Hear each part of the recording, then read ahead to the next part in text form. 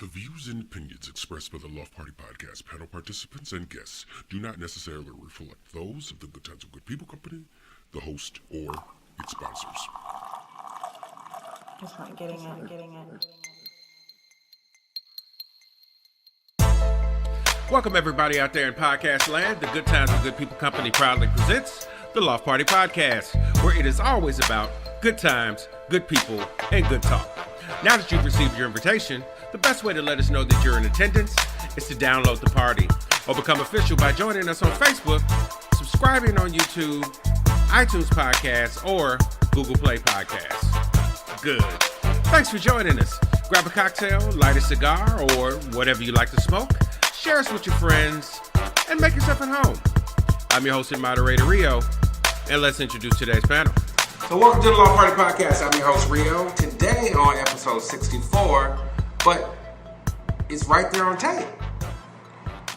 We're going to discuss the police shooting incidents of unarmed people and how in the blue hell do they keep getting off in these cases.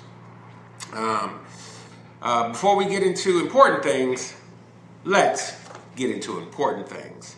Our bartender Ben couldn't stay, but he did leave his recipe for what we are drinking today, and that is Rieger's, the Rieger whiskey Horsefeather. Whew, a mouthful. 1.5 ounces of Rieger Kansas City whiskey, 4 ounces of Cock and Bull ginger beer, and 4 to 5 dashes of Angostura bitters, and a squeeze of lemon. Actually, quite tasty, and whether you're a whiskey drinker or not, and I know the anonymous female is not, it's actually kind of refreshing, even though she's going to make a face that says otherwise. But that's what we're drinking, and what we're smoking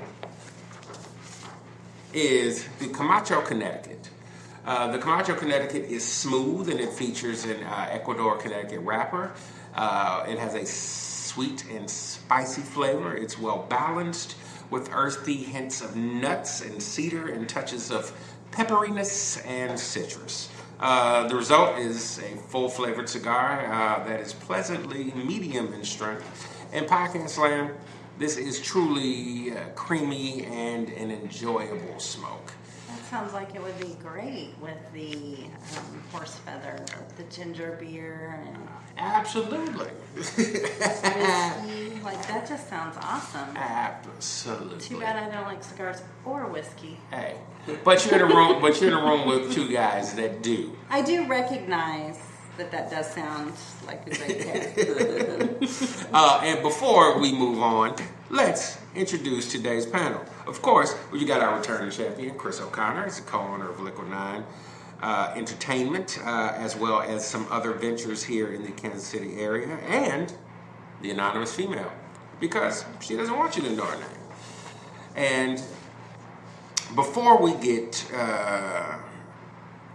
any further, I want to do today is RIP. This is RIP that's actually kind of hits closer to home for me personally. I, as many of you out there know, am a member of the hip hop community, having been producing and performing and writing for a lot of years, and one half of the group Mobb Deep. The MC Prodigy passed away at 42. He had a lot of health issues over the years, and so he finally kind of succumbed to some of those issues. And he was actually doing something pretty regular when he passed. He was just eating breakfast, eating eggs, and he had some throat issues and as well as other issues, and we're going to miss him in the hip hop community. Some of my favorite rap songs, including probably hip hop classic Shook Ones, which probably for the broadest audience, if you saw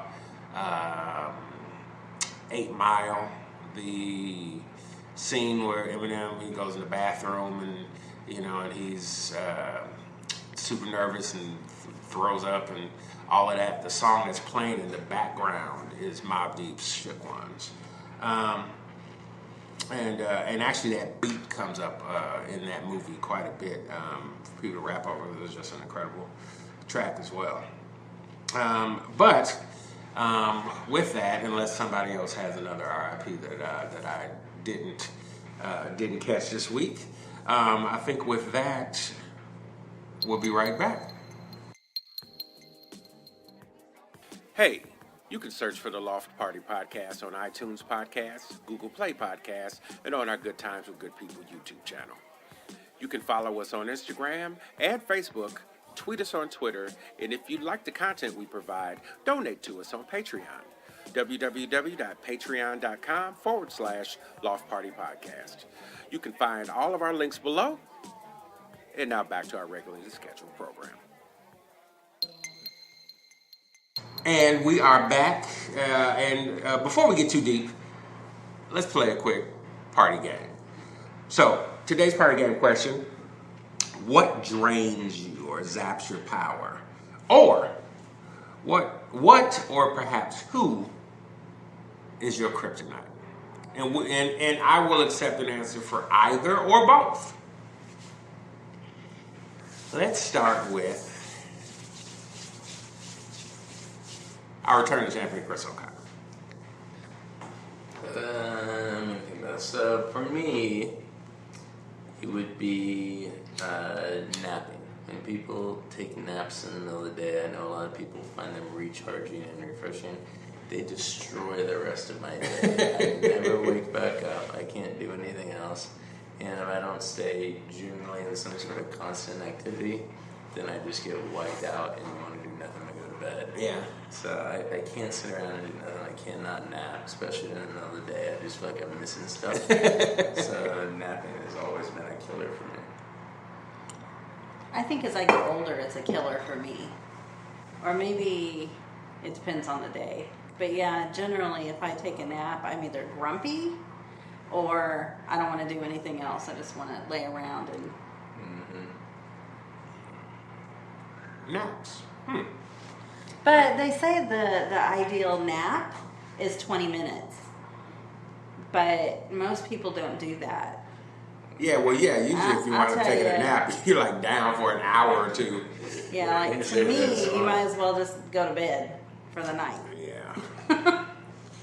Yeah, too much missed in that period of time if you're taking naps like that. Me personally, not necessarily naps, because I really don't take naps unless I'm just dead. Like I'm already that kind of tired, and then it's really not really voluntary. I'm not taking a nap. I'm just like, I need to lay down. I tell you, inactivity, like just getting up and just doing nothing, that zaps me. I know a lot of people, they can lay around all day and then they can just kind of jump up and be like, all right, let's get ready and do whatever at 3 o'clock in the afternoon. I'm like, no, I'm dead at this point. I'm like, because I would kind of wake up and I need about an hour-ish to kind of acclimate to the world, but then I need to go and do something. And past that point, we've had those days where we sat and binge watched something on Netflix, and after a while, I think we know if we're going to binge watch that we know that is what our day is. Like it's very rare. True. If we even step foot out of the house on those days. I was going to say binge watching TV would kill me. But it's those are the days when, because for me, it kind of goes hand in hand with that. But for me, it's large crowds and having to have idle chit chat and just having to be on for long periods of time, that it just drains me. I mean, it's just like I really have to go somewhere or do something that's absolute quiet. I don't have to talk. I just need peace. But the days that we, Mario needs to be going all the time, and the only way to get him to stop when anybody knows that he needs to is to binge watch something. Whether it's a TV series or we watch, when we were first dating, we would just pick a day, like maybe it was, minus something in the winter, and we knew we didn't want to get out or couldn't get out because, we lived downtown at the time, and anybody that lives anywhere near a city, most of them don't clear their streets real well. We would watch a series or something, just whatever series it was of movies. I would even just throw in just winter in general as a kryptonite. Yeah, I don't mind winter. I mean, it is, but I'm good with. I need sunshine. I'm so much happier and more energetic when, even if it is cold out, if the sun's shining, it's like, okay, there's life somewhere. Vitamin D. Really. Yeah. Yeah. Huge thing. But yeah, it's definitely having to. I do so much better with real conversations than I do with. So, how are you? What do you like? Blah blah blah. How's the weather? I'm just like. We went to a friend of ours. Your reception went with Yeah, you? and it was just like so loud, and so many people were talking, and after an hour I was like, I'm ready to go. And Mario's still talking. And it was about 2.5 hours later, I think we finally got in the car to leave, and only because we had somewhere else we had to be. Otherwise, it probably would have been there longer. And when we got in the car, I was like, can we just not turn the radio on? And honestly, I think you talked all the way home, and I could not tell you even what the conversation was at this point, because it was just like... Yeah, because we definitely recharge differently. Yeah, like I tried to listen, but it was just like, and I was gone. Yeah, I recharge through activity and conversation. And honestly, Mario doesn't talk that much. Usually it's me talking in the car, but, we got in there and he was like, blah, blah, blah, blah, and I was just like, oh my God. It's noise.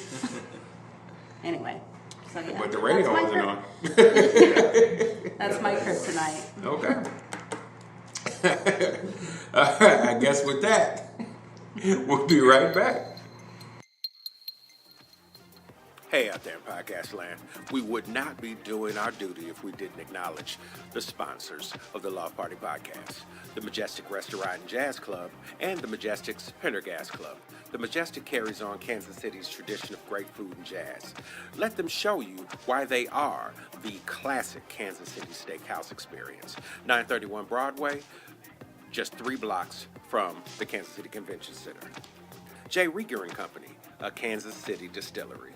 Whether whiskey, gin, or vodka, neat or on the rocks, J. Rieger, Kansas City, sipping good since 1887. C&P Construction, Kansas City's premier wood framers. 50 years of quality framing and craftsmanship. Just email david.cnpservice@gmail.com and start building something new today. And our friend and frequent guest, Lane Boland. Thank you all for all that you do. Time to rejoin the conversation. And we're back with Party Politics. So, what we're discussing today is the police shootings of unarmed people, and how in the hell do the police constantly get away with it? I know that there's been a lot of stories. Well, stories is the wrong word. there's been a lot of discussion that kind of diverts from this topic particularly. But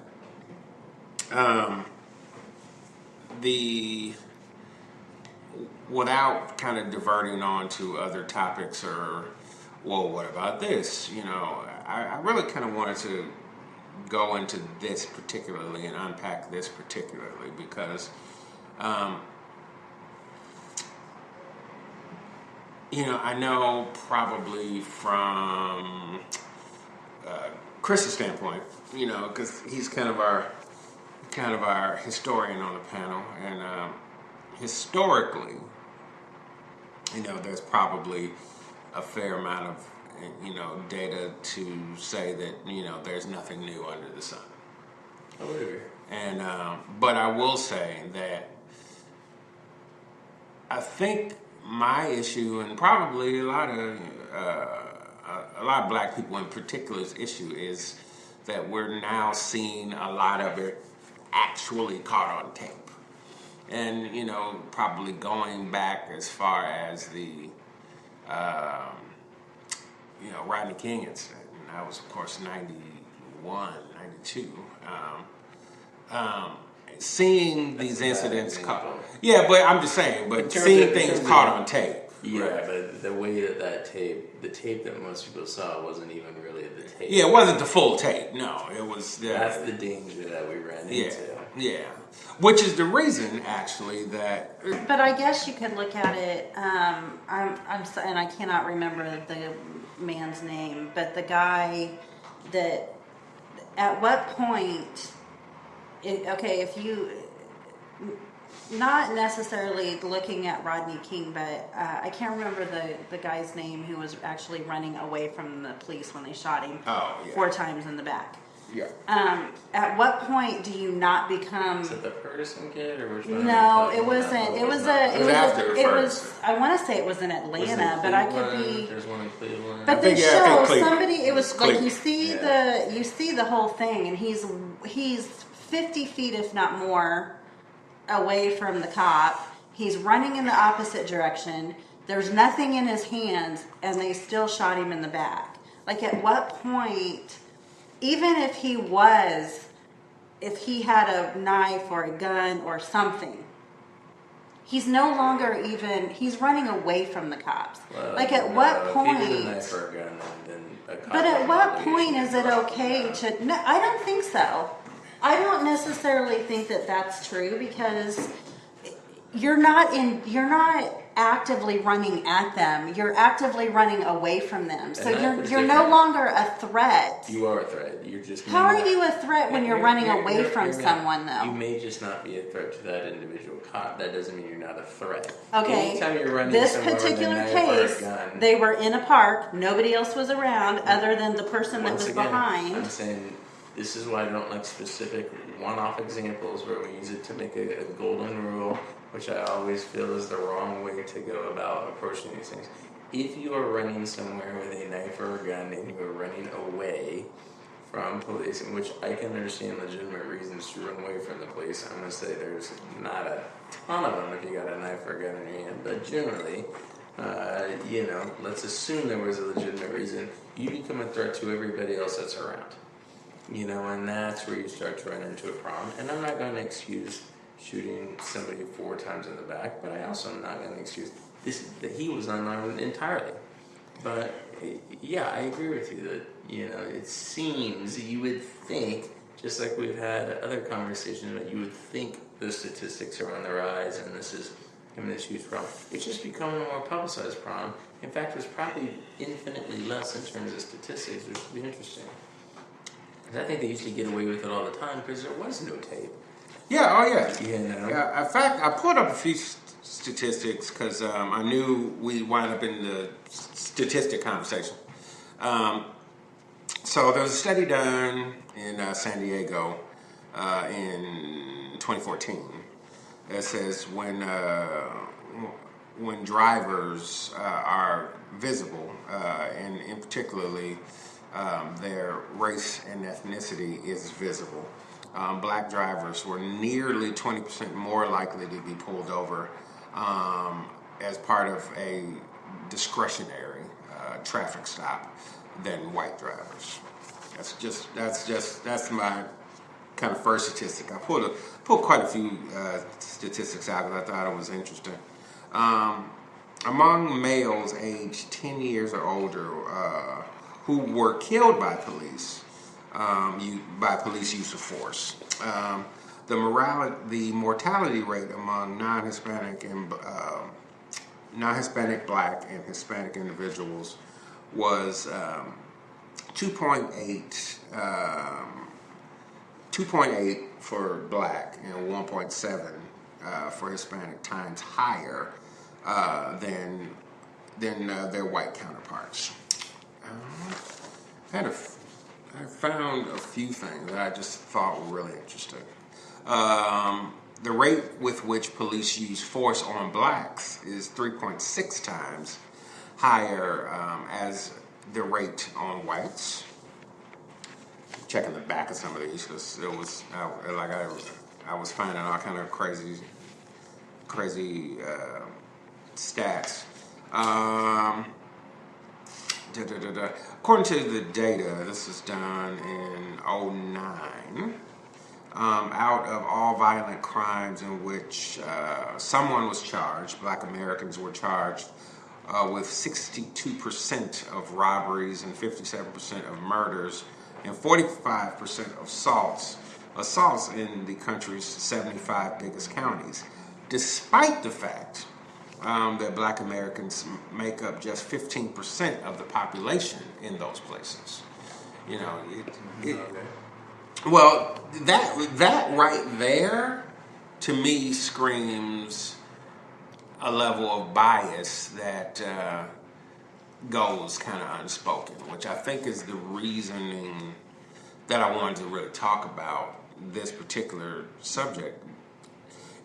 It's not like I don't have anything particularly against the cops, and I'm not saying that that the people who got shot or got killed were, angelic and innocent. What I am saying is, more often than not, at least here in recent history, what we're finding is, and it's actually kind of crazy because you even just go out on YouTube and you find these videos of, like you can get a white guy, with an AR-15 assault rifle pointed at the cops, and they find a way to subdue him without gunfire. Whereas, actually, the next person anyway on the list, and rest in peace to him, Philando Castile, is sitting in the car with his family, and is trying to calmly explain to the cops what I'm doing, what I'm thinking. Just so you know, I do have a firearm, I do have a permit, I'm going to get my license like you asked, but as soon as he says I have a firearm, you see the cop just go into full panic mode and winds up shooting him 4 or 5 times while he's still sitting in the car. He hasn't reached for anything, he hasn't gotten anything, and I think that cop got off, which sparked me to go, okay, we've kind of touched this subject in weird ways through lots of other subjects on the show, but we've never talked about it directly. And I will say this. The one difference in this one is he was acquitted of the crime, or not found guilty of the crime, but the police department fired him. They did fire him. Yeah. I will give them that. He went through a jury trial, but the police department still felt that he was not the right person for, and let him go. But even his partner said he didn't see a reason for him to shoot him, and he was on the other side of the car. So did 12 of our peers come to the conclusion that he the problem is you have to remember that it's innocent until proven guilty, and you have to be innocent, or guilty beyond a shadow. Yeah. Not beyond a shadow of a shadow of a doubt, beyond a reasonable doubt. Right. And there's always one person. If one person holds out, Yeah. and you start convincing One other person people, holds out, then it's generally a hung jury, as you just said. unless you can convince other people that during your deliberations. But yeah, I mean, that is the one difference that we found in this one is even though he was found not guilty, the police department still let him go. I guess to assume that one person swayed 11 people who all saw the same thing, I find very hard to believe. I don't.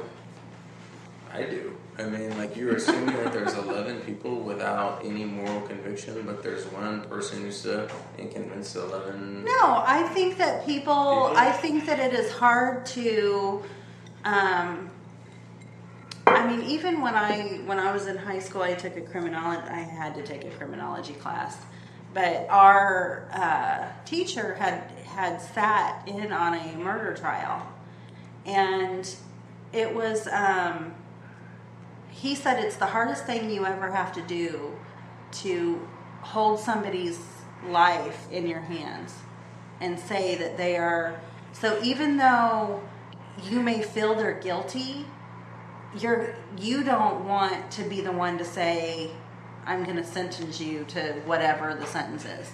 But they don't have sentencing power, so there's none of that. The judge does this. But you don't think that you are different in that respect because of your background. Most people don't go into a trial and think. I mean, I've heard it from people that I know that have been on juries or that don't want to be on jury duty because they don't want to have to make the decision that this person is guilty or not. Whether it's sentencing or not, they know if they say guilty, then there is a sentence involved, whether it's them or not. And they know that they're the ones that have to decide, okay, we're going to allow someone to say, you know, I have more trust for the American public than that. And I genuinely feel like, one, none of us watched the trial, so we don't know exactly what all the evidence was. So I will throw that out. Mm-hmm. And I will throw it as an equal and opposite reaction. The verdict to the OJ trial, where everybody goes guilty, guilty, guilty, and I'm like, no, I watch it every day. There was more than enough reasonable doubt to let him go.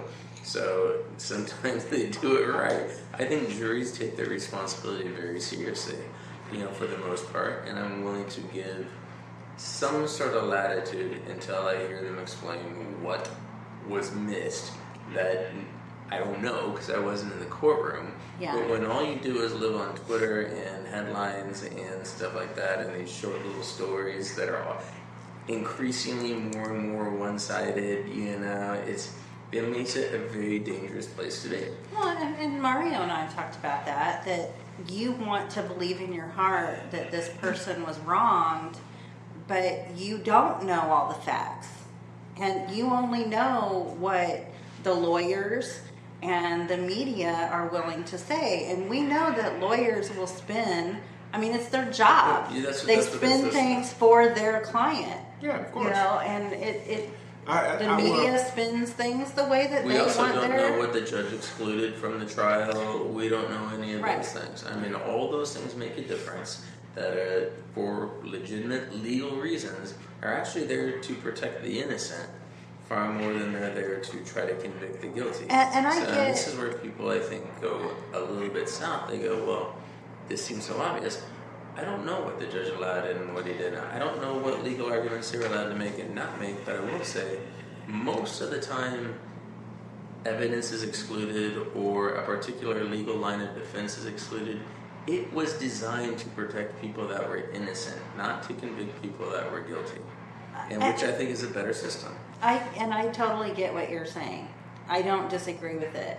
But at the same time, how many times does the same, not even the same, similar situations keep happening before you realize that it may be a broken system? How many of those are you starting with the facts were, and how many of those happen all in the same spot? So when you say it's a broken system, actually... I think it is a broken system. I think that there are a lot of police officers... You're assuming that there's a national system.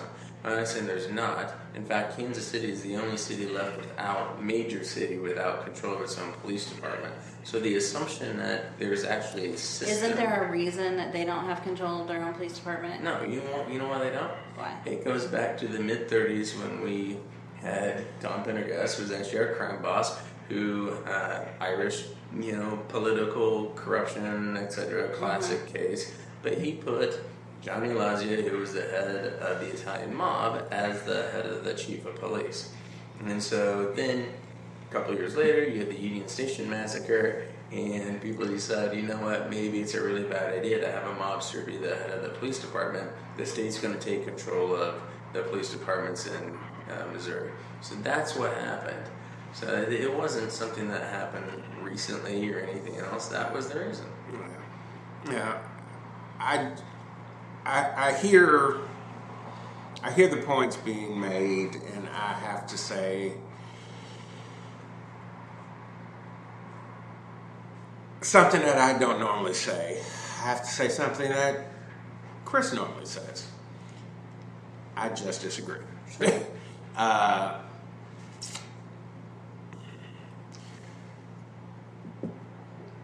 Yes, I do.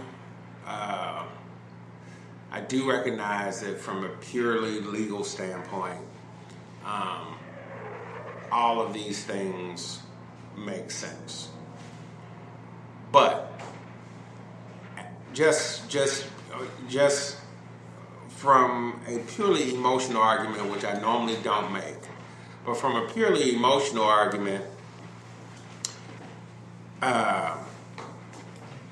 as a black person, it is incredibly difficult at best, to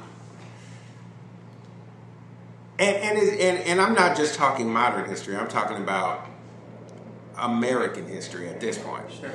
To constantly have black people killed by now police.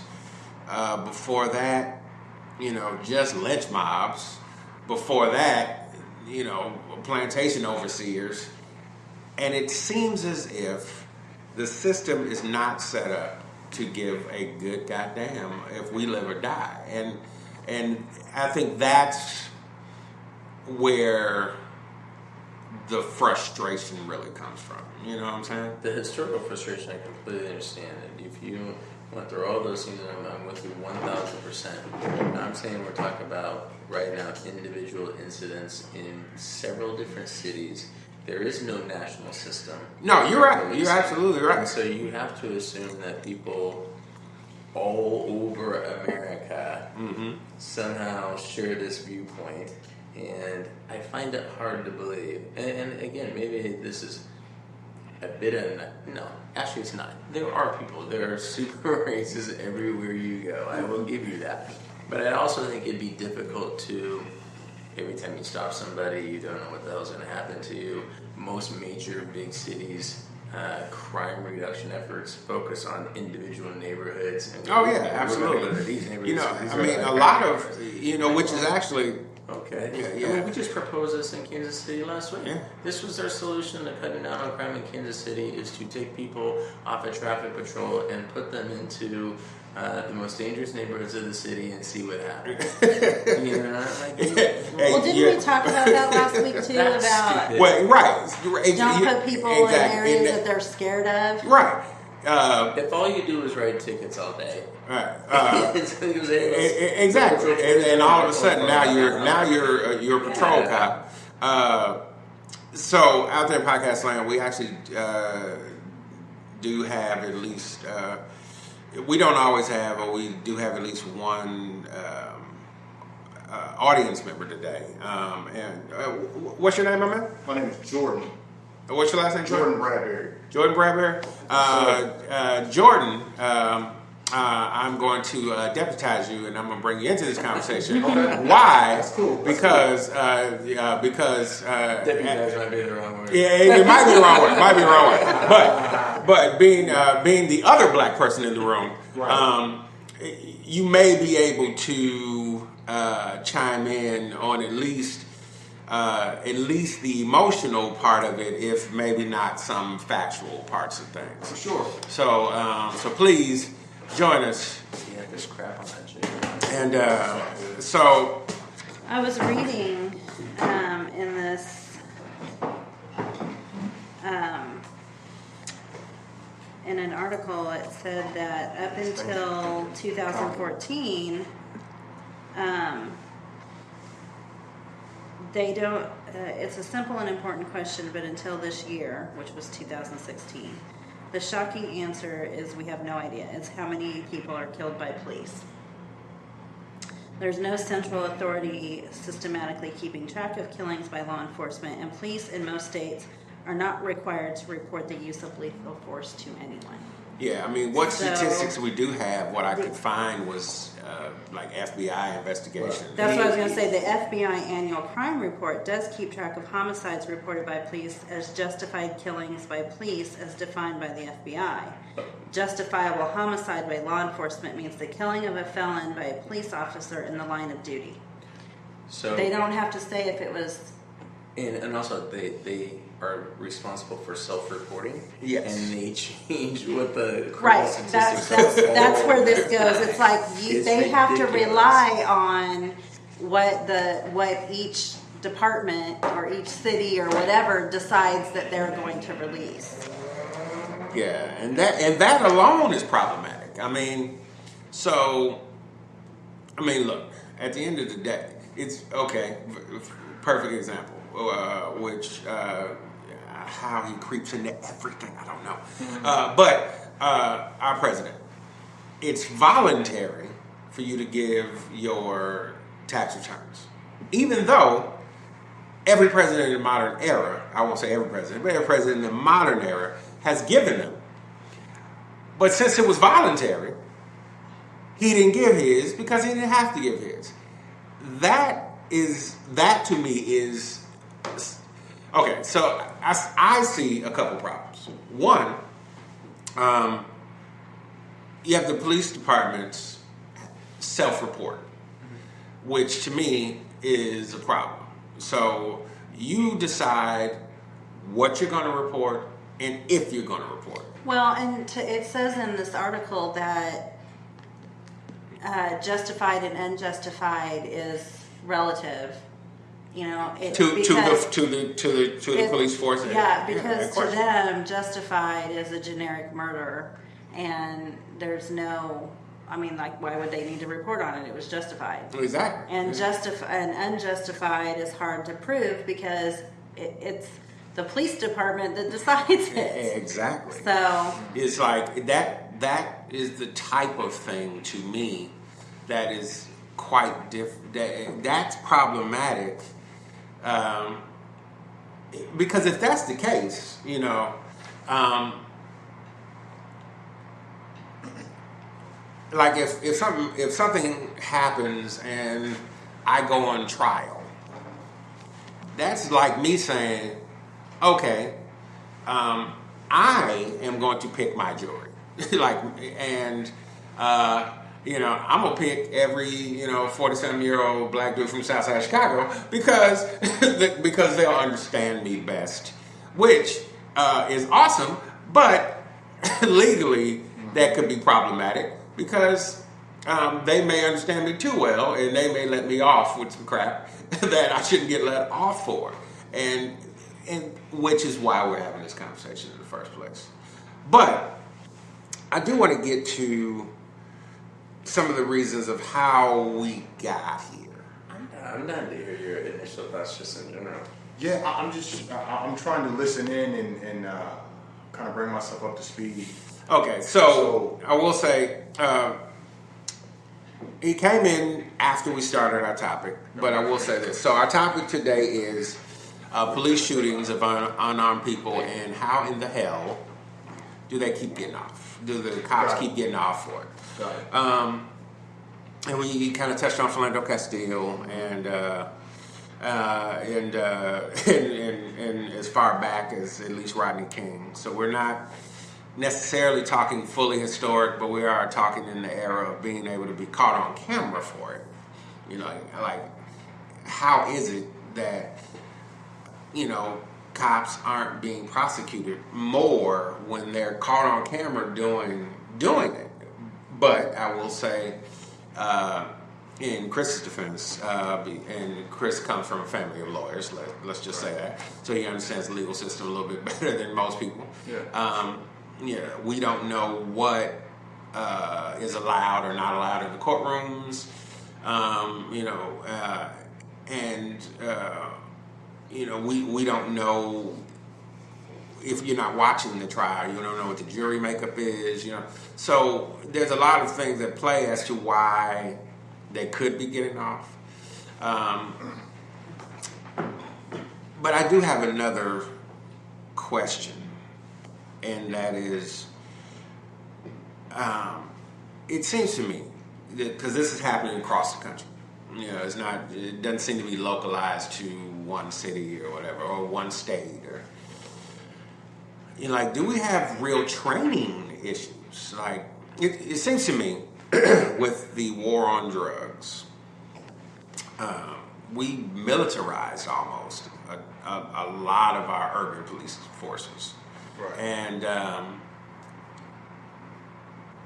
And what I know about the military is you get trained for your 8 or 9 weeks, or if you're a Marine, 13 weeks. Well, and they send you overseas with your AK-47 and say, we need to secure this area.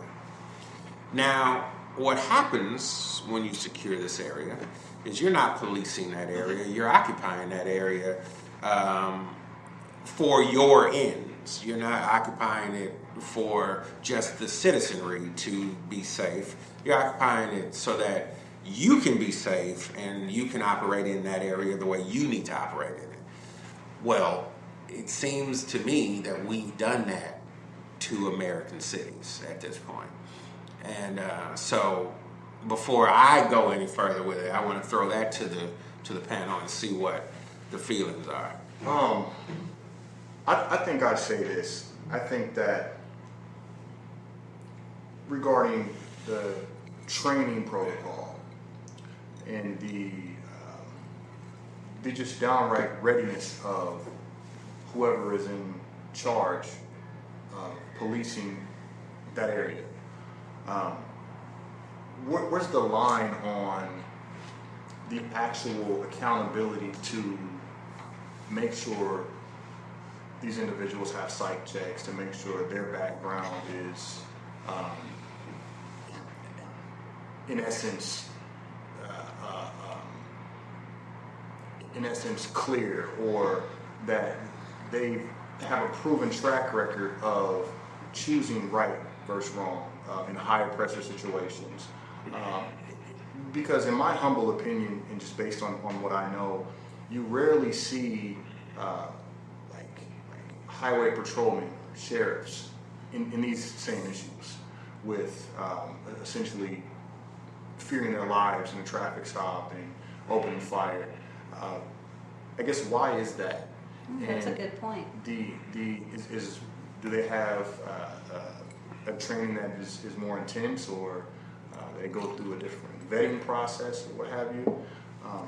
And again, my humble opinion, I think that a lot of the times that you have officers policing areas, like you stated over Cigar a couple of days ago, they're not usually from those areas, and it's different to understand the nomenclature or the dress code, or what have you, of an area that is essentially a foreign land. And then let's just be honest, we have to understand, like, a lot of these guys and gals are getting up every morning and going to work just like we are. And if you humanize this to an extent, and hey, maybe they're having a bad day, maybe something's on their mind that, you know, put in a high stress situation, is Got into a fight with their wife that morning. Yeah. Correct. So they have to. I actually had a friend that went through that tried to apply to the police academy, and for Kansas City.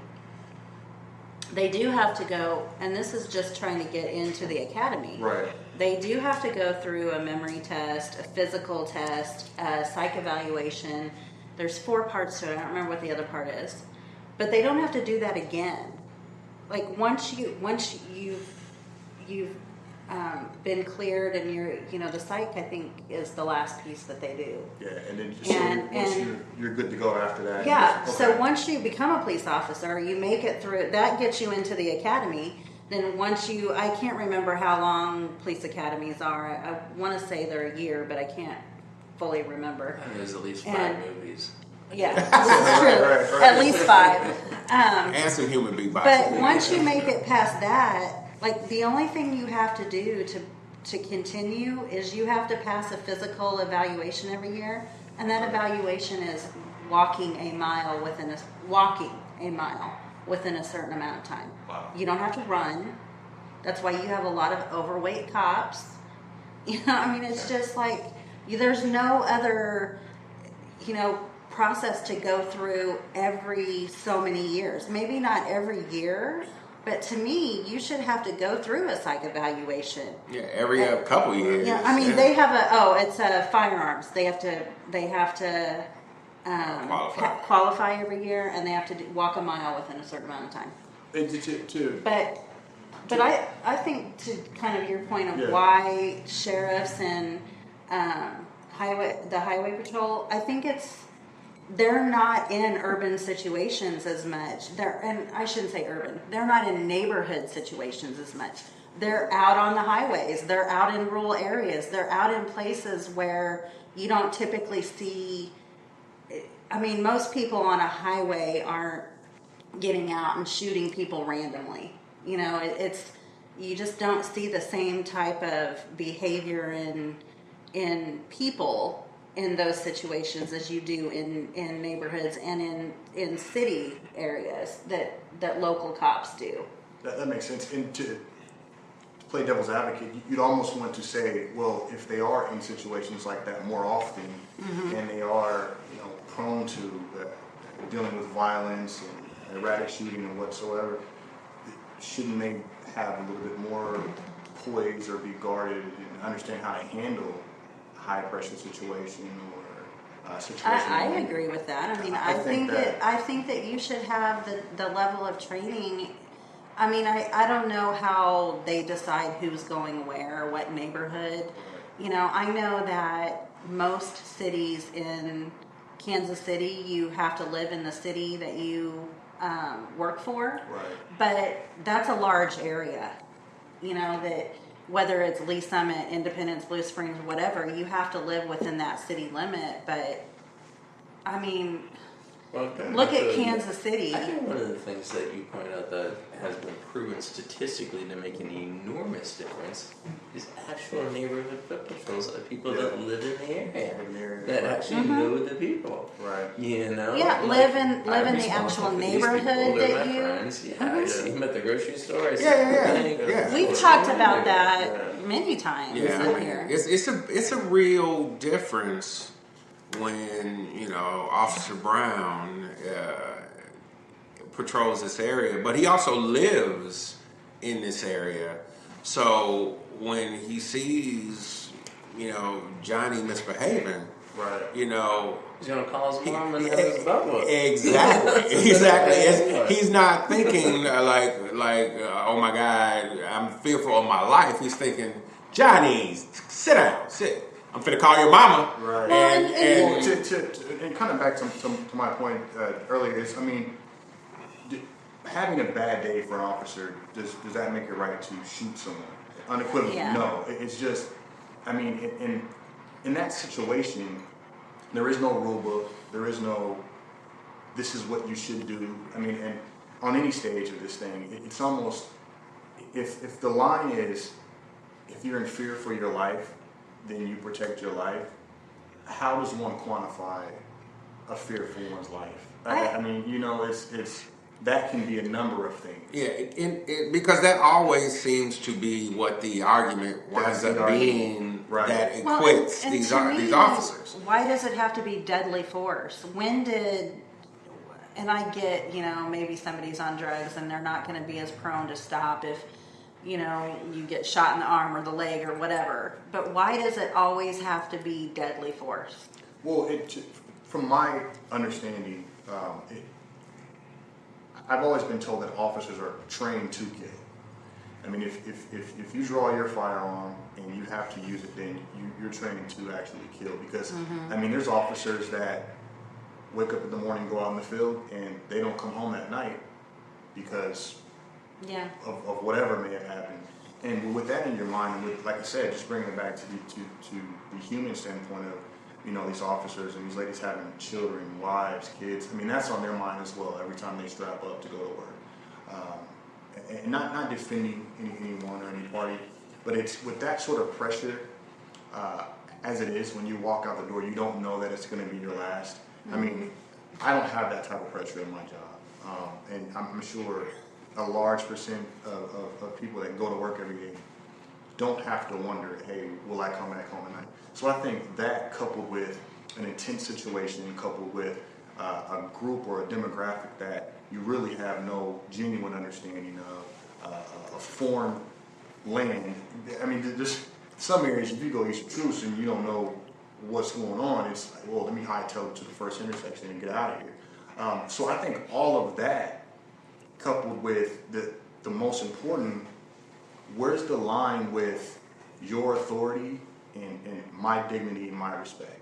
I mean, as soon as you think that I may or may not be doing something right or wrong, you have the authority to, hey, come and grab me, or hey, let's get you in these cuffs and then let's talk, versus, hey, look, can we just, what's going on? I see you do this, or whatever it may have been.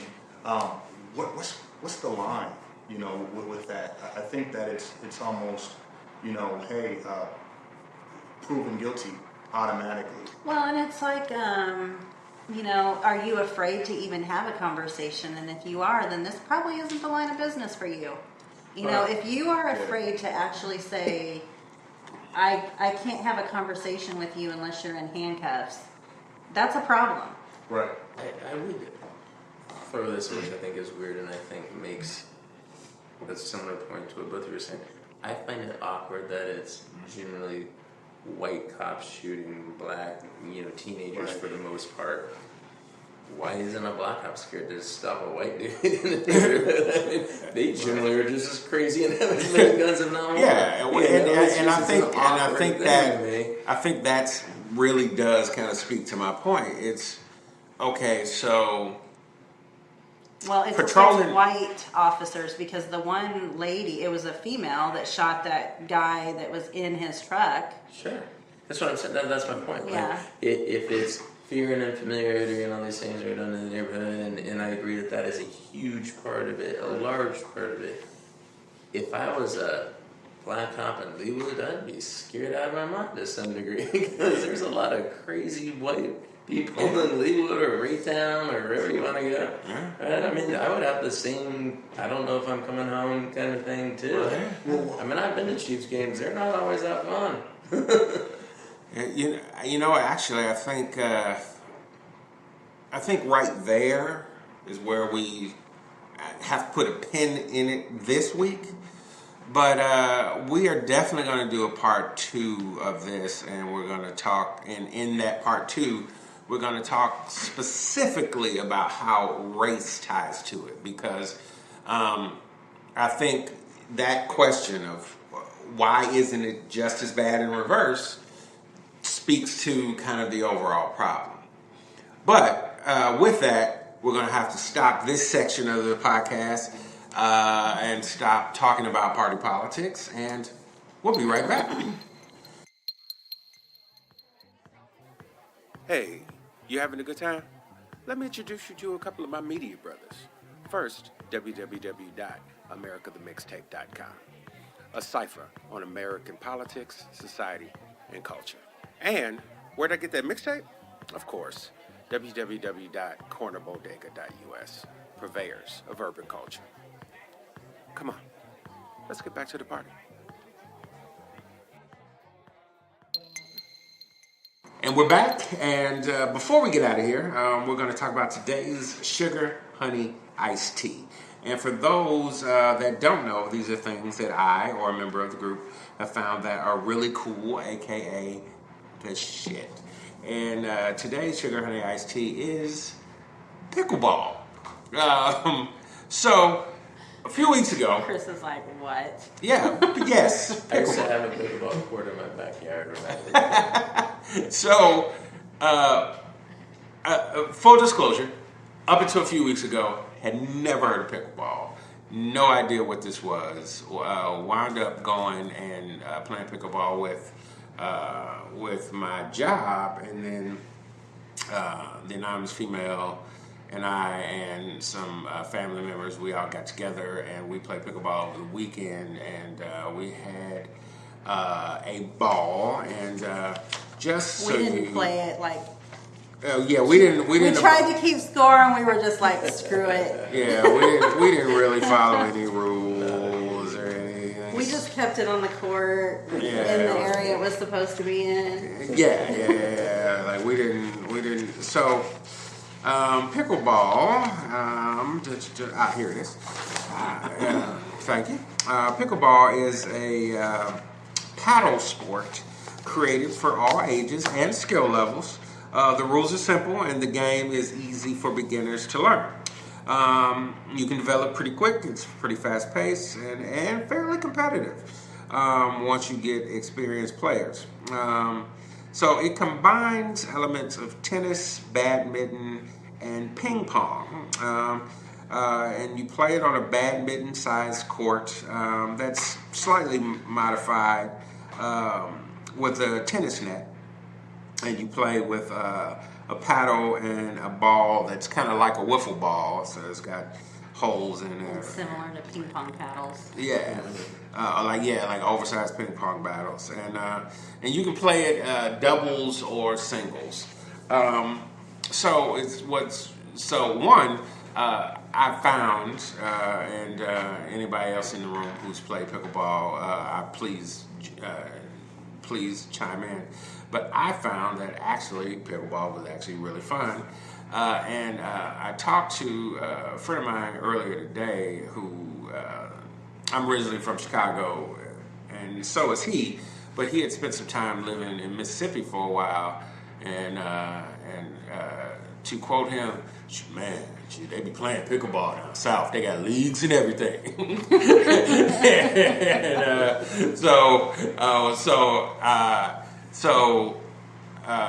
my initial response was, black people don't play pickleball, but maybe... well, you didn't think black people went on float trips either, and you found out that wasn't true. Well, I found out that there was one black person that went on a float trip.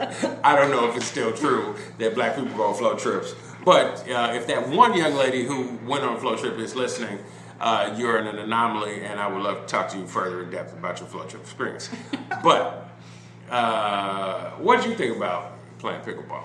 I had a good time. I think, we decided not to really keep score because we are such beginners that we were just like, let's just get down the techniques and what we're supposed to be doing and then worry about keeping score. Yeah.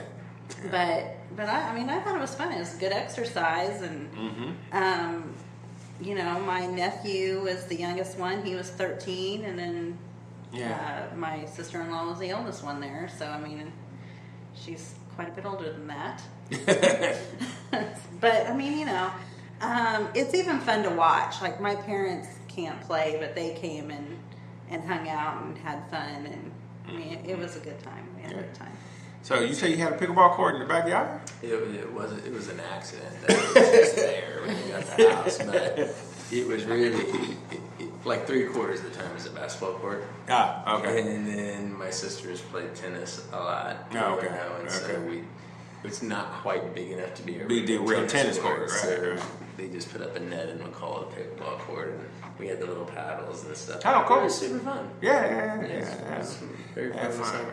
So my question to you, good sir, had you ever heard of pickleball before today? I've heard of it. I have not played it. Okay. So my suggestion to you is, I do. I actually have a 14-day-old son. 14-day-old. 14 days. 14 days. Emphasize that. Shout out, baby Noah. Awesome sauce. So that actually opens up a whole floodgate of other sugar honey iced teas. Both of you two being new fathers. Congratulations, man. Thank you. So are you excited to get out there and teach your son all of the cool man shit to do, as it were? And teach your daughter all the stuff to avoid. Exactly. No, for sure. I mean, I think that I don't want to bite off more than I can chew. I'm just taking them one diaper at a time. Yeah, one diaper at a time. And just, I think that just quite honestly being realistic, I mean, just being there every day, allowing him to see my face and just have that physical support. I think that that's like half the battle. I think that all the, nuances of personalities and what I may or may not be able to teach him or what he may pick up, I think that that's just going to simply come from him sitting in the living room with me and seeing what I do versus what I tell him and so on and so forth. So, like I said, one diaper at a time, making sure that, I fall in line with my wife's needs, so she's happy. Exactly. And because, she's his first teacher. So I think that, my job is really one day at a time. It's just a blessing, honestly, to be able to even be in a position, for sure. It's joyful. That's awesome. That is awesome. So, when your wife is ready, Right. take her out to play pickleball. Okay. I think you guys will. I think you'll wind up. My wife is very competitive. Oh yeah, she'll love She's this. very competitive. Because it's kind of goofy, it's kind of fun, but if you get any good at it, I can definitely see how this would bring out the competitive nature in anybody who is competitive. Well, we weren't very good at it, and it was bringing out the competitive nature in several of the people that were playing over the weekend. Oh yeah, absolutely. There were a couple of low, fast serves and returns from my brother. Yeah. There was a couple whiz past my head. I was like, hey, man, hey.